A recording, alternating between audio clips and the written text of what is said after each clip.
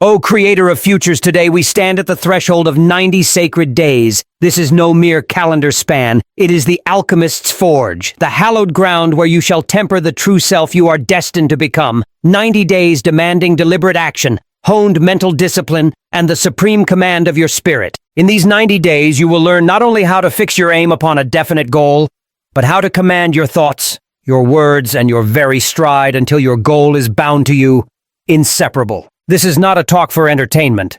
This is the map, the mandate for transformation. Drift for even a single moment and you may miss the crucial key meant only for you. Watch it all, absorb it all.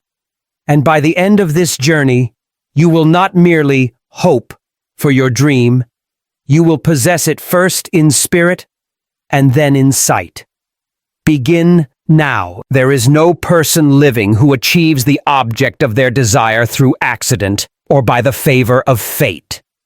Success is not won by hopeful wishing, nor is it bestowed by chance.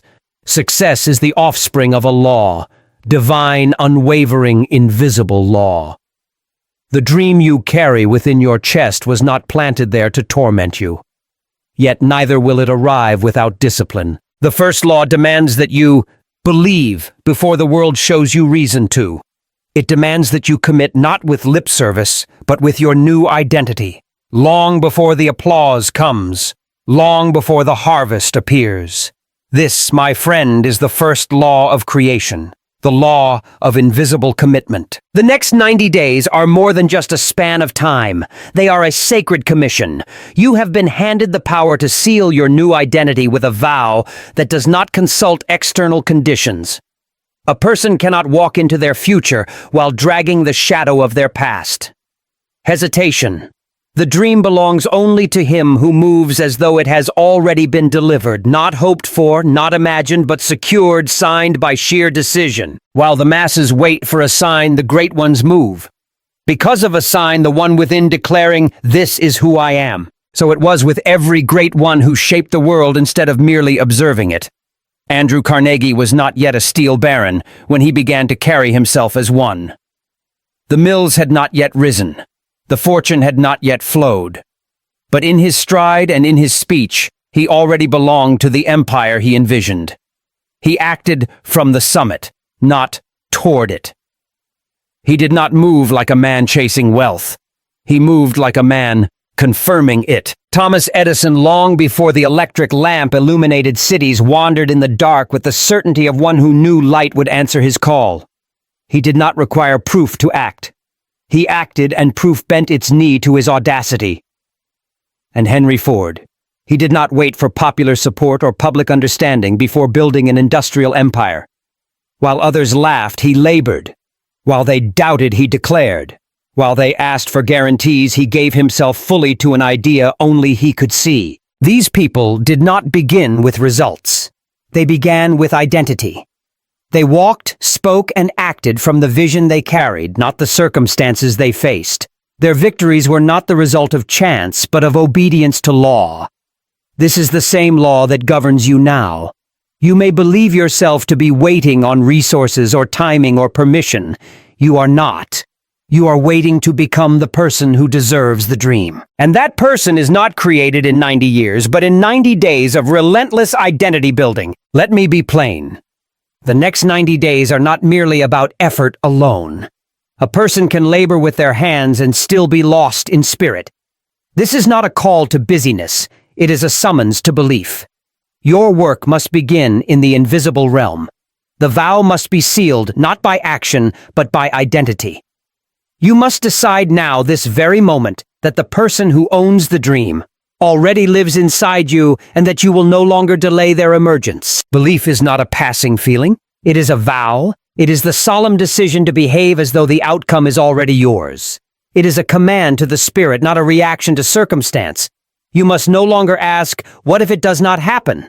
Declare instead, "It has already happened and I walk accordingly." This first step is no step at all. It is a stance, a way of standing, a way of seeing, a way of moving. You are not practicing for your future. You are performing from it.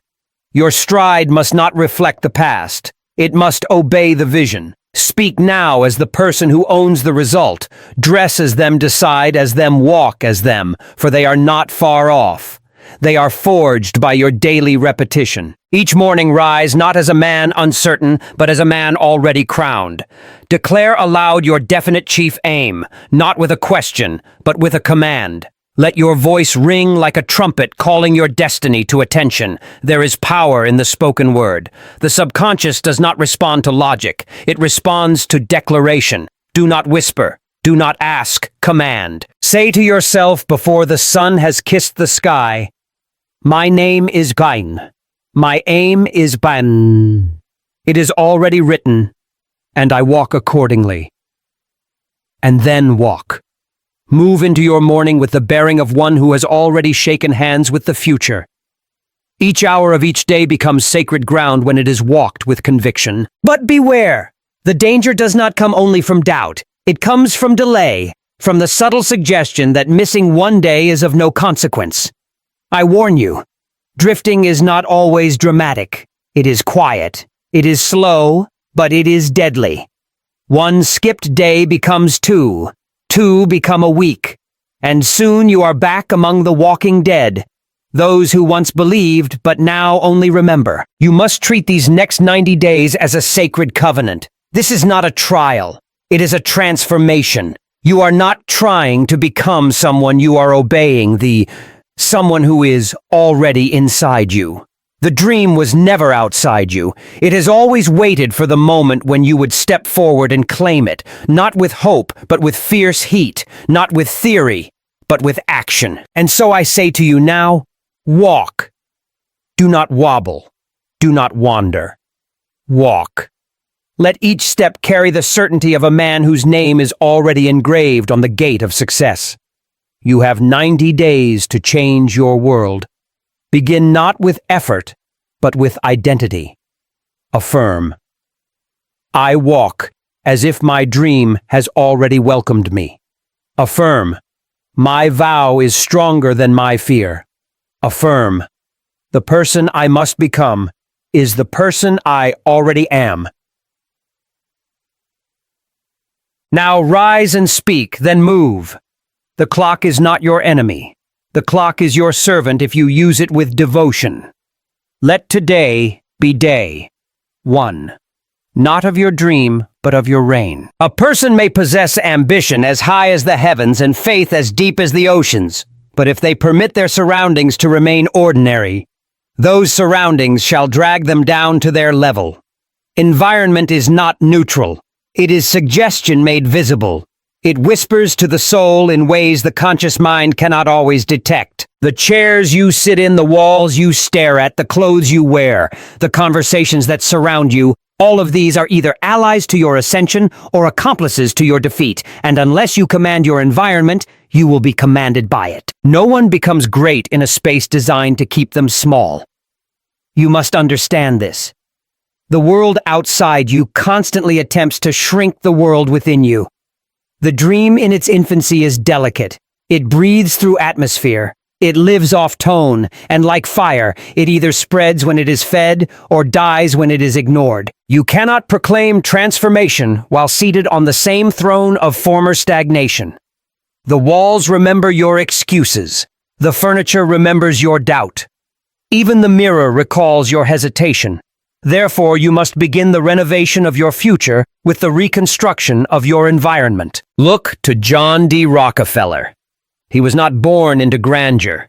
He did not begin with legions of assistants, nor did he rise because of inherited wealth. He began with a small ledger in a quiet room. But in that room, he ruled like a sovereign. He did not wait to be surrounded by success. He constructed it from the silence. His papers were kept with precision. His desk organized with reverence.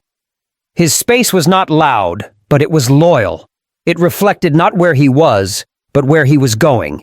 And so the world eventually followed suit. First the space bowed, then the city, then the nation. So it must be with you. If you do not believe your space has power, you have already surrendered, for every object in your view either affirms your future or afflicts it. You may believe the clothes on your floor are harmless. You may excuse the clutter on your desk. the unmade bed, the meaningless decorations from yesteryear. But each one of them is a silent sermon, preached to your subconscious. They say nothing has changed. They say this man is still who he was. They say, do not believe his declarations, believe his atmosphere. I say to you now, cleanse your temple. Eliminate every symbol that belongs to your past mediocrity. Remove the trophies of yesterday's smallness. Tear down the pictures that chain you to who you used to be. The future is not a place you stumble into. It is a place you prepare for. The environment must be built to fit the person you are becoming, not the person you are trying to escape. But this cleansing is only half the work. You must also install symbols of identity. Let there be visual reminders of the king you are becoming. Place before your eyes the words that echo your aim, hang the decrees that reflect your destiny. I do not speak of mere decoration. I speak of sacred reinforcement. Write your aim in large letters and place it where you dress. Carve your vision into your walls if need be. Let every corner of your environment declare the truth that this is not a person trying. This is a person transforming. In the same breath, create for yourself a ritual of vision. Every morning before you permit the world to suggest who you are, declare it yourself through visualization. Close your eyes and see the person you are becoming, how they walk, how they speak, how they are greeted. Do not imagine it once and then forget. Imagine it until it no longer feels like imagining. This is not fantasy. This is construction. The person who sees their destination daily cannot be detoured 10 minutes each morning.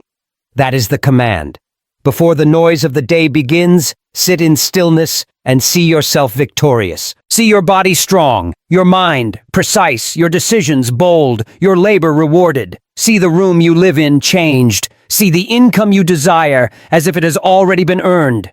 See the people who now laugh, silenced by your results, not to boast, but to become. For the world outside, you must not set the tone. You must do not take this lightly. A person who permits their environment to remain casual has already decided to remain average. You must remake your space into a place of war and worship and work. It must become a battlefield of commitment. Every object should tell a story of identity. Every space should command respect, from yourself first and from others by consequence. This principle is as old as achievement itself. The ancient kings did not wait to sit upon thrones. They built them. Even when their territory was small, they ruled with greatness. So too must you begin, not from size, but from sanctity. It is not the grandeur of your possessions that matters. It is their alignment with your vision. A humble room ruled with conviction is more powerful than a palace ruled with passivity. Let me offer this practice to you. As you prepare to rise each day, stand before your mirror. Not to observe your reflection, but to install your identity. Speak aloud your affirmation. I am not shaped by my past. I shape the world to match my future. Look yourself in the eye when you say it, then say, my environment obeys the person I decide to be. Look again, not for flaws, but for fire. Then move, clean what must be cleaned. Remove what must be removed. Post what must be posted. Walk into your world like it belongs to you. And I tell you this, soon it will. Affirm, I am not shaped by my past. I shape the world to match my future. My environment obeys the person I decide to be. I do not live in the world. I command it. I surround myself with only what strengthens my vow. I see my dream before I step into it, and so it appears. Let this be your daily vow. My space shall reflect my reign. And so we march forward, not just in mind, not just in speech, but in the very space that holds our mornings, for the world around you must bow to the world within you if you are bold enough to build it. The world often speaks of goals in the language of years. Where do you see yourself in 5? Why? They ask, what is your 10-year vision? They inquire, and while these questions sound noble, they are in most cases veils for delay. The calendar of achievement is not marked in years. It is carved in the stone of days. Days moved through with precision, with boldness, and with identity. One day ruled with certainty is of greater value than a year spent in drift. And 90 days of uninterrupted decision will birth more change in a person's life than a decade of half-hearted hoping. Understand this. Time is not your friend if you treat it casually. Time respects the person who seizes it with urgency. You must not measure your dream by the turning of the calendar. You must measure it by the consistency of your movement. For most people do not fail because they lacked 10 years. They fail because they lacked 10 days in a row of decisive living. It is not the long stretch that defeats them. It is the repeated breaks in momentum, the small surrenders to distraction, the interruptions of identity. Let us speak plainly now. The next 90 days must not be seen as a season of mere effort. They must be seen as an oath. You are not here to try. You are here to transform, and transformation demands something that wishful thinking never will. Focus. Deep, sustained, daily focus. That is the price. That is the path, and that is the promise. This 90-day journey is not about doing everything. It is about doing the one thing that matters with the soul of a person who knows they are already appointed. One aim, one identity, one daily ritual. Anything more will fracture your fire. Anything less will leave you cold. You are not here to chase many things. You are here to become one person. Let us speak of Andrew Carnegie. He did not chase 10 industries. He mastered one. His focus was so intense, his commitment so complete that steel itself bent to his will. When others diversified out of fear, he consolidated out of faith. He believed in the power of singularity. One aim, one drive, one calling, and the world made room. The modern man is plagued with the disease of division.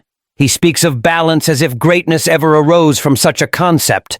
But I say unto you, do not balance your life. Build it, and building requires phases of obsession. These 90 days are not for dabbling. They are for devotion. You must now break forever the myth of multitasking. You are not a creature designed to split your soul across many altars. To divide your attention is to divide your results. A person cannot become great by touching everything lightly. They must grip their calling with such ferocity that all other distractions fall away by force. Every hour you give to the unessential is an hour stolen from your future. Every conversation that weakens your clarity is an enemy in disguise. Every errand of ease is a betrayal to your vow. Therefore, install within your life the lens of 90 days. See all things through it. Every decision must be filtered through the question, does this serve the person I have committed to becoming? If it does not, it must be discarded without apology. You do not owe loyalty to old habits. You do not owe time to small ambitions. For these 90 days, your life is a consecration. Your mission is sacred. Protect it as such. Now let us give form to this fire. You will choose one definite chief aim. Not two, not three. One, you will write it. You will speak it aloud each morning. You will carry it in your pocket if need be. Then you will choose one identity. The version of yourself who already lives in the reality you seek. You will speak as them, walk as them, decide as them. There shall be no trial runs. You are not rehearsing, you are arriving. And then comes the ritual. Each night before you surrender to sleep, you will complete a journal. In this journal, you will record 3 specific movements made that day toward your aim. These must be real, measurable, undeniable. A letter sent a task completed. A fear confronted a connection made. Write it, cement it. This is not for inspiration. It is for tracking transformation. You will not drift when your day ends with the proof of your progress. This journal becomes your mirror. It will not lie to you. It will reflect either your movement or your excuses. And if on a day you find the page empty, know this. That was the day your dream waited and you were absent. Do not let such a day repeat, for the dream does not beg. It chooses the person who shows up with unrelenting regularity. Let us now speak affirmation, for words shape the soul, and repetition cements reality. Say aloud these words each morning and each night. I move like a person whose name is already written in the book of success. 90 days of identity will replace a lifetime of excuses. I do not hope. I hold, I am not trying, I am becoming. My aim is not a wish, it is a command. Each day I move forward. Each night I prove it. My journal is my mirror, and my mirror shows a king. I walk as one already chosen. This is not effort, it is fulfillment.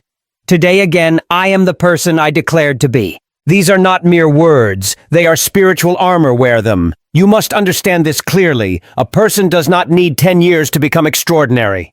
They need 90 days of total alignment. That is all. That is the secret. And I give it to you now, without disguise. Do not squander it. Do not delay, and do not dilute it. The next part shall show you how to train your very body, your eyes, your voice, your posture to match the spirit you are now building. Because it is not enough to think like a king. You must move like one. Shall we proceed? Clarity is not a gift. It is a conquest. It is not stumbled upon in moments of leisure, nor is it handed down by fate. It is seized boldly, deliberately, daily. The average person believes that one day clarity will arrive like a messenger from heaven, ringing the bell of purpose at their door. But the person who achieves understands that clarity must be summoned. It must be declared into being. For clarity is not found. It is forged in the furnace of declaration. Most people wander not because they are unworthy, but because they are silent. They drift not from lack of power, but from lack of personal decree. They have not spoken into the atmosphere what they are here to accomplish, and so the world treats them accordingly, like people of fog, not fire. They say they are waiting for inspiration, but what they are truly waiting for is the courage to choose. The courageous do not wait. They speak. And in their speaking, the path begins to form. Andrew Carnegie did not wait until he had factories before he declared dominion over steel. He did not wait for public approval or economic guarantee. He stood in his own soul and announced it. He said, in effect, "This is what I shall build. This is who I am. The world may not see it yet, but I see it. And that is enough." From that moment, Steele bent to his belief. You must now do the same. It is not enough to have a vague notion of what you want. You must engrave your aim into your spirit with the hammer of daily declaration. You must write a creed. Not long, not poetic, but final. A single sentence that says with fire and finality what you are building in these 90 days. One line, one command, one anchor that turns your mind from the winds of doubt and nails it to the mast of your purpose. Say it aloud. Carry it in your mouth until your very bones believe it. Speak it in the morning before the world whispers its worries. Speak it at night before your sleep is claimed by the chaos of dreams.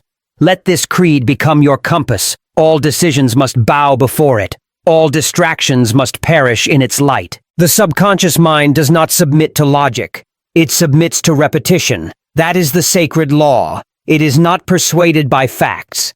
It is trained by rhythm.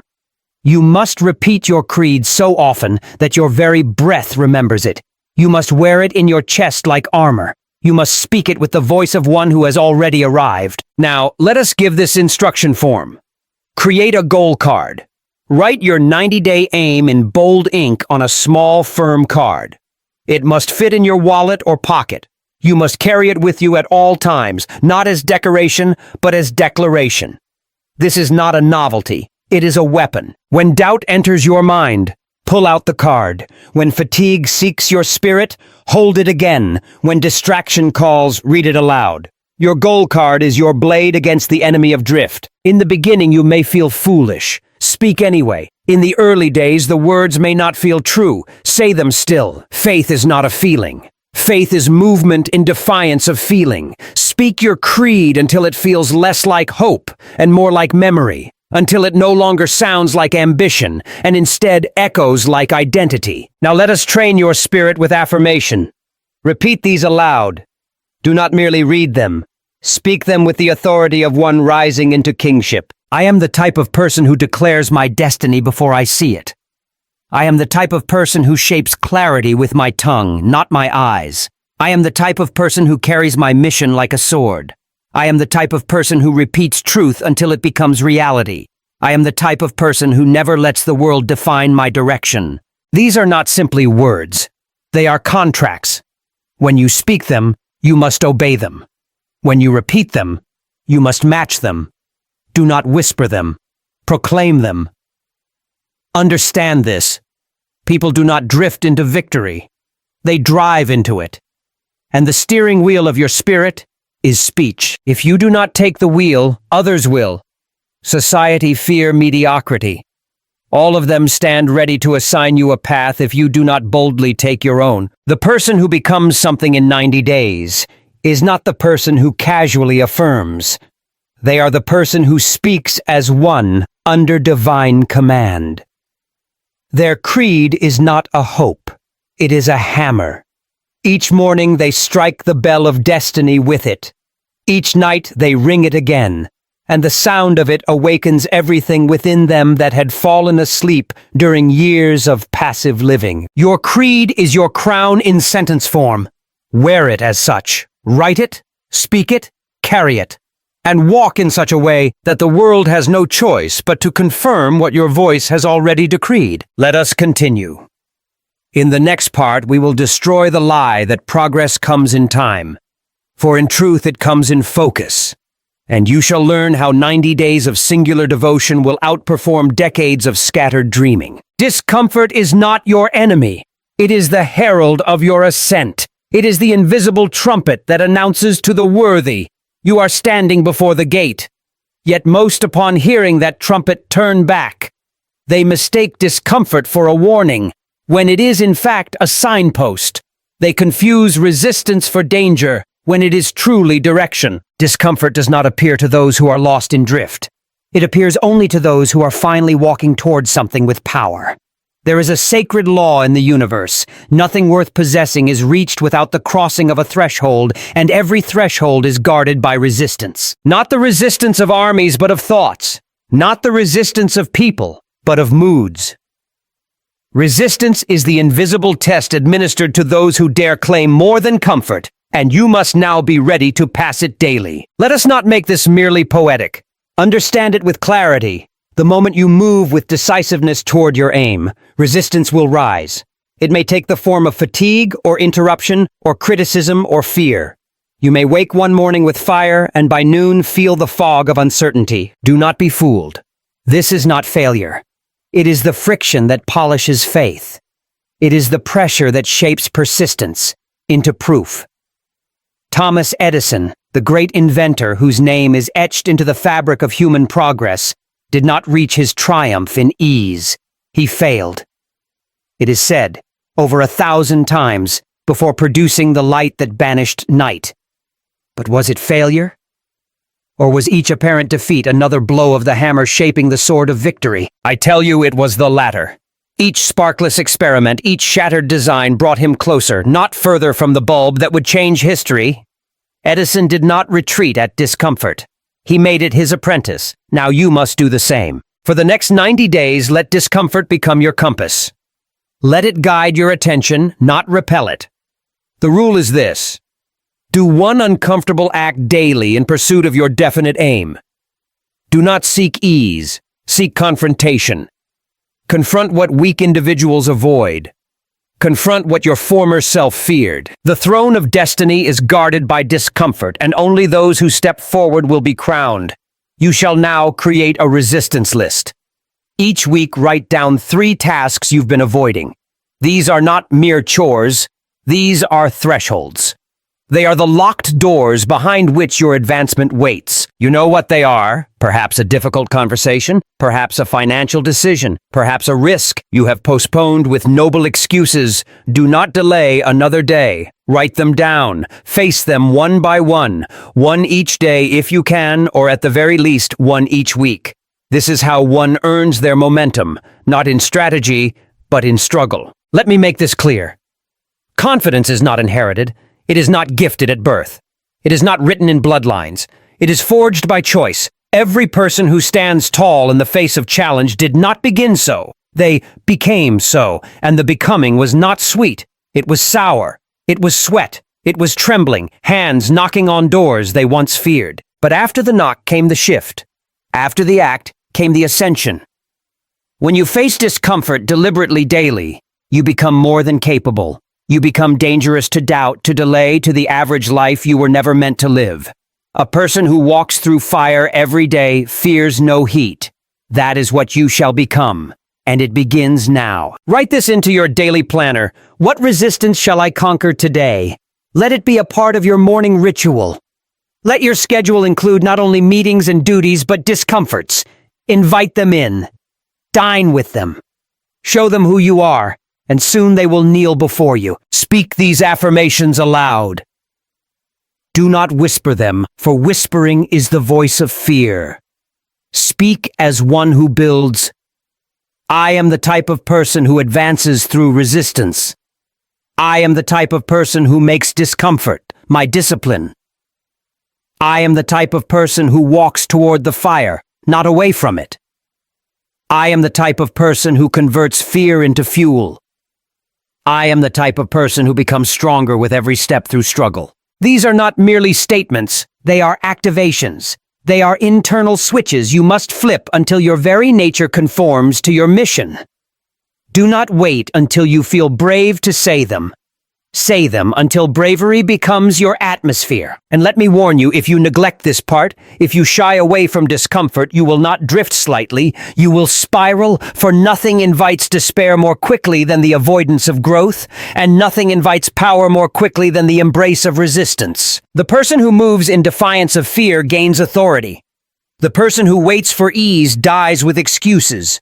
You have 90 days to rebuild the temple of your spirit, and discomfort is the chisel.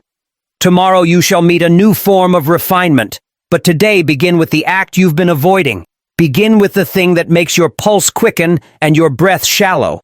Begin and watch your posture change, for it is written, "The person who steps forward despite trembling knees soon walks with the stride of kings." Most failures do not occur in the storm, they occur in the stillness. Not because one lacks skill, but because they cannot stand the sound of silence. You see, the true enemy is not always the critic who raises their voice.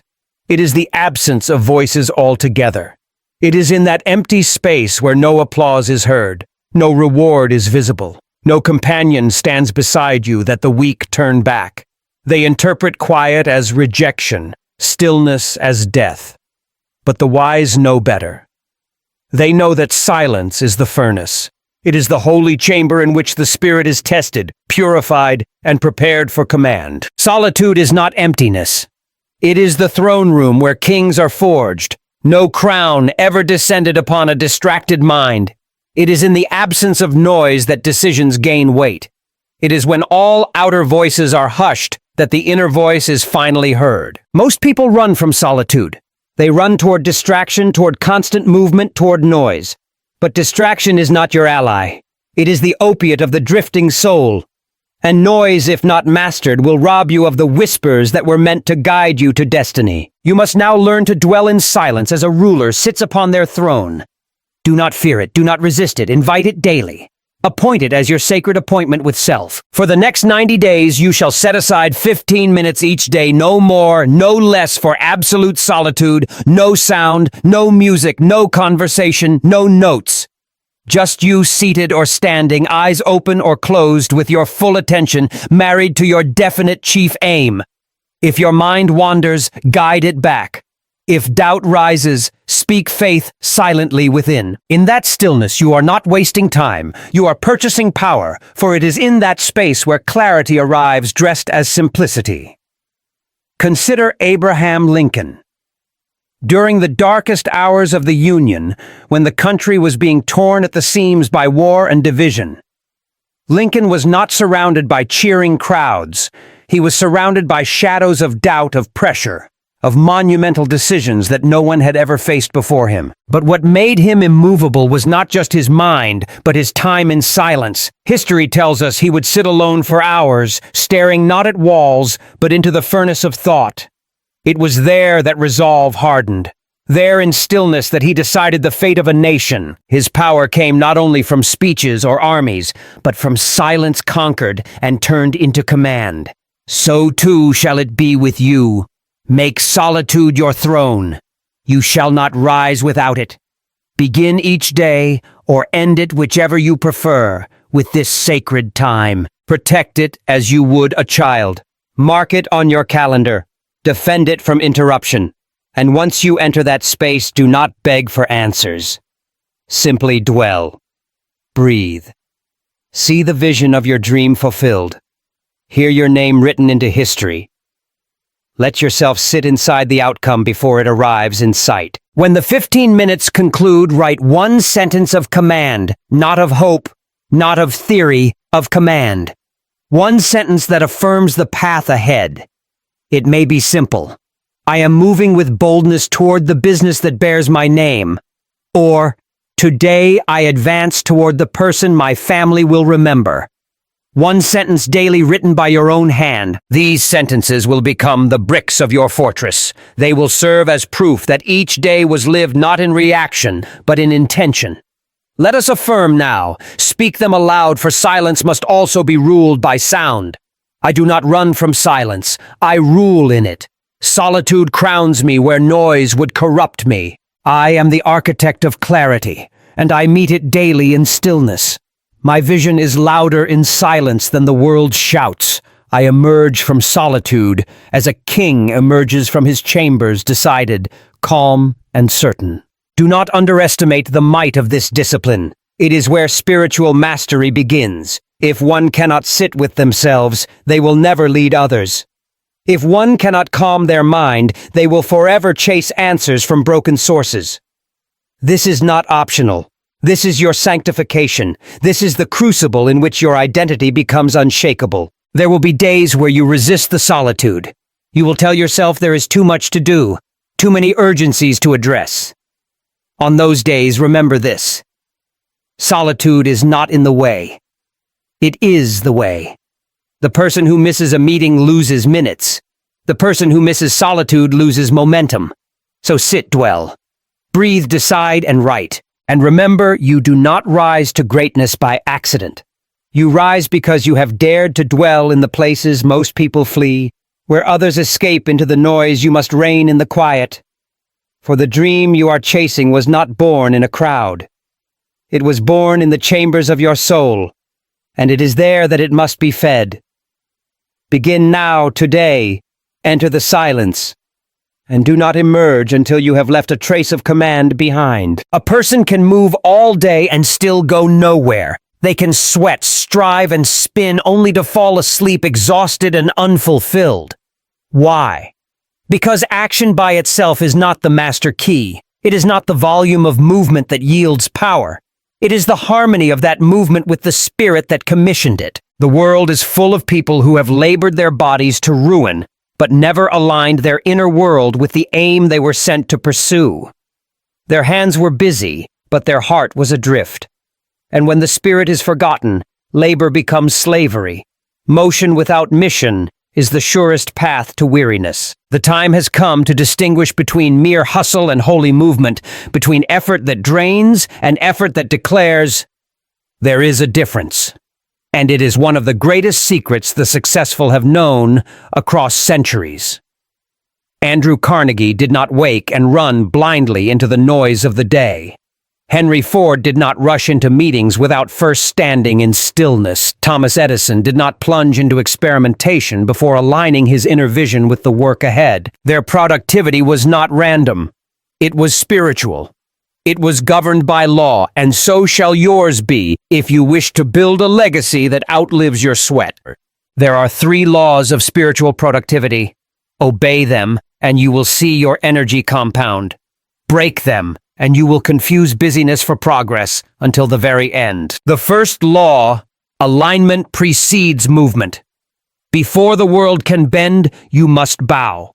Bow not to fear, nor to pressure, but to your inner vision.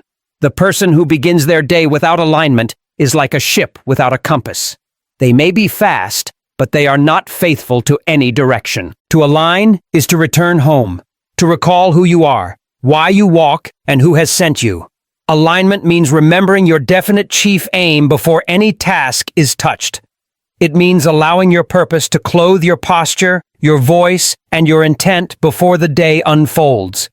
It is the spiritual version of dressing for battle. Your first act each morning must not be accidental. It must be deliberate. Rise with declaration, not distraction. Do not reach for noise. Do not check on the opinions of others before you check on the vow you made to yourself. Stand, breathe, and speak aloud, your definite chief aim. not as a plea, but as a proclamation. This day is mine. My aim is worthy. I am the person for this assignment. Let those words echo into your day like the sound of a general's trumpet. Begin no act before you have crowned yourself in identity. The second law, gratitude, activates favor. There is a power in thanksgiving that logic cannot touch. Gratitude is not an emotion. It is a decision. It is the spirited recognition that all things are working together, even when sight does not yet confirm it. When you wake and give thanks for what has not yet appeared, you are not deceiving yourself. You are commanding reality. Edison, long before perfecting the electric light, gave thanks for every failed filament. Why? Because he knew each failure was not a stop, but a step forward. When building his plants in fields where others saw only dust and debt, gave thanks for the assembly line before the first screw was turned. Gratitude makes room for results. It is the language of faith in action. So each morning after alignment, give thanks, not only for what is, but for what shall be. Say aloud, I give thanks for the outcome that already belongs to me. List them if you must. Speak of the business, the strength, the clarity, the wealth, the influence, the legacy, as if it has already unfolded. Gratitude in advance is a form of spiritual audacity, and the world responds to the one bold enough to thank it before it bends. The third law, repetition builds authority. A single declaration may start the fire, but only daily repetition keeps it alive. The subconscious mind does not respond to what is said once it responds to what is rehearsed, carved, and etched into the spirit by discipline. Repetition is not vain. It is vital. Every person of greatness has had rituals. They may differ in form, but not in function. Ford would walk alone and speak aloud the efficiency he envisioned. Carnegie would recite to himself the value of service before he earned his first great commission. Repetition is the hammer that breaks the wall between potential and power. Therefore, install the daily rhythm. It shall go as follows. Morning alignment. Declare your definite chief aim aloud. Crown yourself before the day begins. State your gratitude for the future you are building. Midday recommitment. At noon or the halfway point of your labor, pause for just 2 minutes. Close your eyes, speak your creed again, and remember your vow. Do not wait until weariness sets in. Midday is where most people lose the flame. Rekindle it. Evening review. Before you rest, take a blank page and answer this. What 3 movements did I make today toward my dream? Write them, speak them, and affirm them. If none exist, make one before sleep. This daily rhythm will keep you spiritually aligned while others drift. You will no longer wonder why some rise and others remain in circles. The answer lies not in genius nor in luck, but in daily obedience to invisible law. You are not meant to guess your way forward. You are meant to govern it. And let this be your final warning for this part. You must obey your spirit before the world will obey your will. The person who demands from the outside what they have not commanded from within is always disappointed. Their demands echo into a void. But the person who governs their day from the inside, their decisions, their posture, their words, their thoughts, finds that the world must yield. For the world has no choice but to mirror the person who moves with inner authority. So speak now. Recite these affirmations not with passivity, but with dominion. I rise in alignment, not confusion. I give thanks before the harvest, and so the harvest comes. I repeat power into my soul until it cannot be denied. My day obeys me because I have first obeyed my spirit.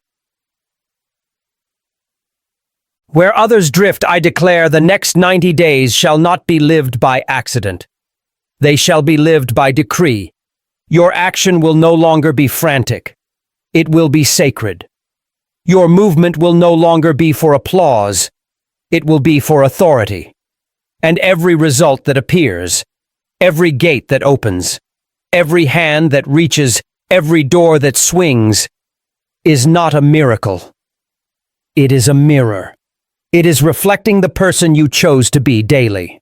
Let the others labor without aim. Let them rise and run and collapse from exhaustion.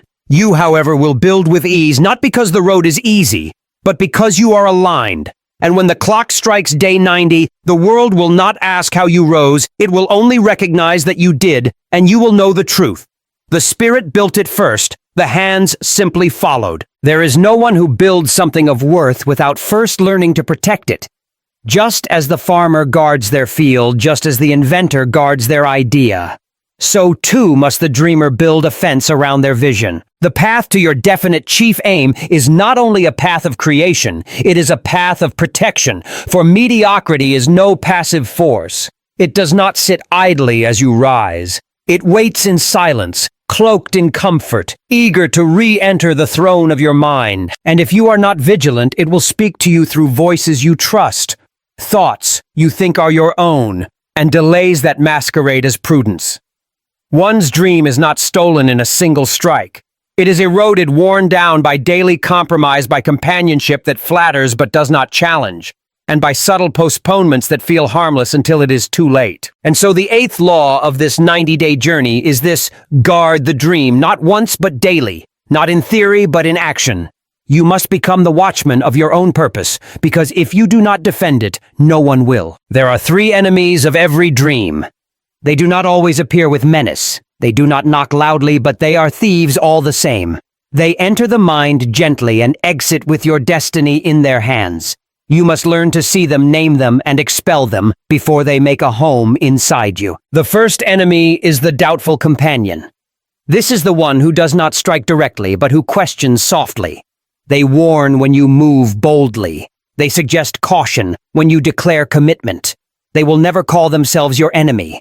They will often wear the title of friend, mentor, even family.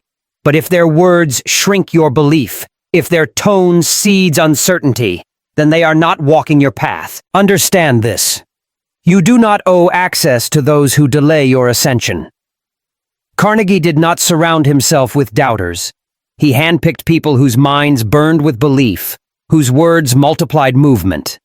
He formed what I have long taught as the mastermind. A circle of harmony, built not on comfort, but on aligned vision. Every person who stood close to him knew the aim, and added to it, there were no jesters near the throne. To remove the doubtful companion is not an act of cruelty, it is an act of spiritual hygiene.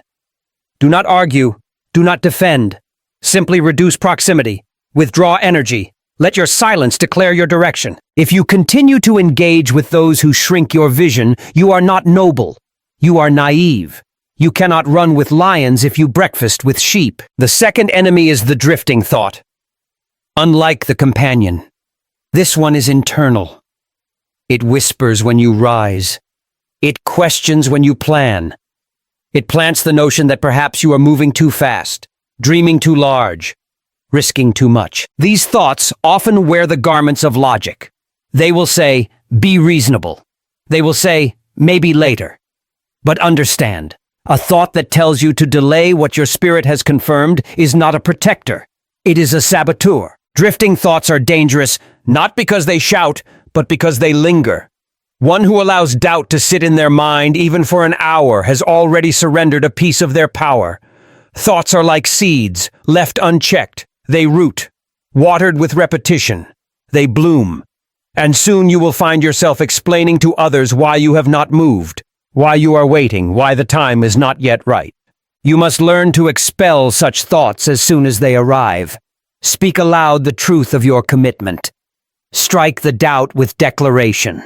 When a drifting thought says, what if it doesn't work? You say, what if I conquer? When it says, this is too much, you say, I was born for this. You cannot always prevent their arrival, but you can always deny them lodging. The mind must be trained as a soldier is trained to detect intruders and respond without hesitation. And the third enemy is delayed action. This is the most deceptive of all because it often feels like planning. It feels like preparation. But make no mistake, delayed action is not the prelude to movement. It is its assassin. When you know what must be done and yet you wait, you are not pausing. You are decaying. People do not lose their dreams because they lack ability. They lose them because they hesitate after clarity. Delayed action is the choice to give the dream back to the world, to say, I am not ready. even when all of life has pointed and said, "You are." There is a cost to hesitation, and it is almost never visible in the moment, but over weeks, over months, it compounds. The opportunity moves on. The door closes. The inner fire cools. And what was once destiny becomes a dull memory of what could have been. Therefore, your rule must be this: move faster than fear. If the aim is clear, act before the shadow of doubt has time to speak. Do not wait to be perfect. Act and perfect as you go. Ford did not wait for the perfect automobile before he built Edison, did not wait for the perfect formula before he tested. Each great one moved on conviction and allowed correction to walk with them. Now your assignment is twofold. First, audit your environment. Walk through the landscape of your life as a general inspects a battlefield. Look at your companions, who must be silenced, whose words do not belong in your ears this season, who drains you with questions that feed fear. Make the necessary distance. You do not need a crowd, you need a council. Next, audit your atmosphere. What in your space reminds you of the old self, the weaker version, the person who doubted, who waited, who delayed? Remove it, replace it. Place in your environment visible signs of your new identity, words that affirm, symbols that ignite. Let your space prophesy your future. Lastly, examine your delay. What task have you postponed that would have already moved you forward? Write it down and do it now. Not later, not when conditions feel perfect. Action is not an event. It is the birthright of the decided. And say these words aloud, not once but daily.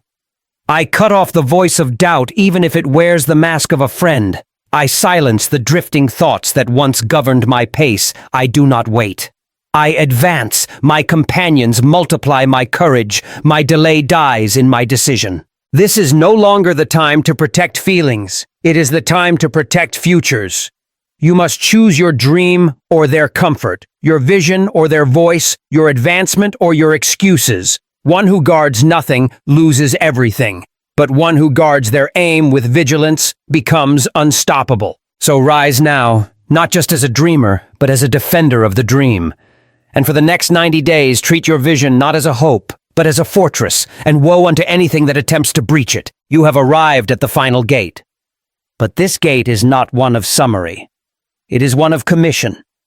For what is the use of learning the laws of greatness if you refuse to live by them? What profit is there in hearing the voice of destiny, yet retreating into delay? Let this be known. Knowledge is not power.